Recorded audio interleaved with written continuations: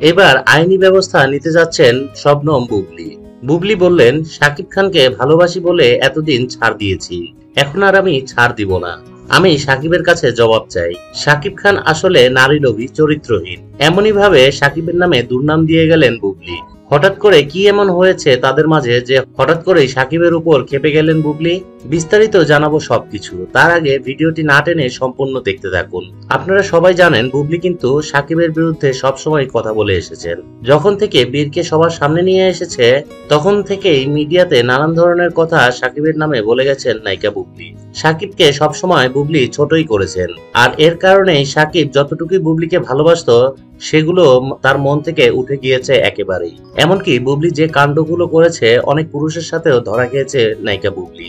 এরপরেও কিন্তু শাকিব খান বুবলিকে ছোট করে দেখেননি। শাকিব খান বুবলিকে ভুল শুধরানোর সময় দিয়েছেন, কিন্তু বুবলি কোনো কিছুতেই ভ্রুক্ষেপ করেননি।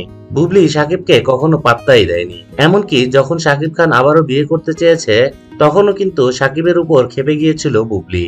বুবলি নিজেও ভালো হবে না, আবার শাকিবকেও সুখে থাকতে দিবে না। এমনটাই হয়েছে এবার বুবলির। হঠাৎ করেই শাকিব এবং অপু বিশ্বাসের বিয়ের খবর যখন বুবলির কানে এসেছে তখন বুবলি আবারও পাগল হয়ে গেছে। আমরা গোপন মাধ্যমে জানতে পেরেছি শাকিব এবং অপু আবারও বিয়ের পিঁড়িতে বসতে যাচ্ছেন। এমনকি তারা আগ তো সেরে নিয়েছেন। আর অপু বিশ্বাস এখন বর্তমানে শাকিব খানের বাড়িতেই থাকছেন। এদিকে আবরাম খান জয়ও তার মা বাবাকে নিয়ে একসঙ্গেই থাকেন। শাকিব অপু একসাথে আছেন, আর এই খবরটি যখন বুবলির কানে গিয়েছে তখন বুবলি প্রায় পাগল হয়ে গেছে।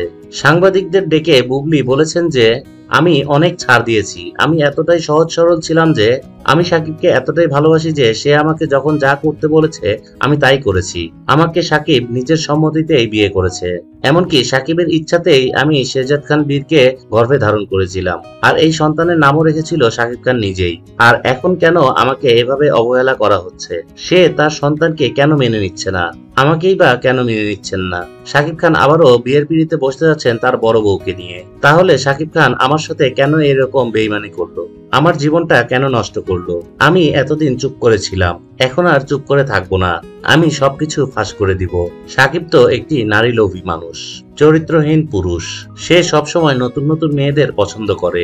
ঘরে বউ থাকতেও সে নতুন নতুন মেয়েদের নিয়ে রাত কাটাতে বেশি পছন্দ করে। সে কুরুচিপূর্ণ পুরুষ, যার কারণে আমি তার কাছ থেকে দূরে সরে গিয়েছিলাম, যাতে সে বুঝতে পারে নারীদের মর্যাদা। যেহেতু সে অপুকেও মর্যাদা দেয়নি, আমাকেও মর্যাদা দেয়নি, আবার সে অপুর কাছেই ফিরে যাচ্ছে, তাহলে আমি কেন তাকে ছাড় দিব?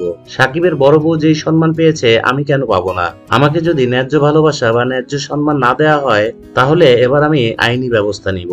শাকিব খানকে জেলের ভাত খাওয়াবো। আমি শাকিবকে ভালোবাসি, আর এটার জন্য যতদূর যাওয়া যায় আমি ততদূরই যাব।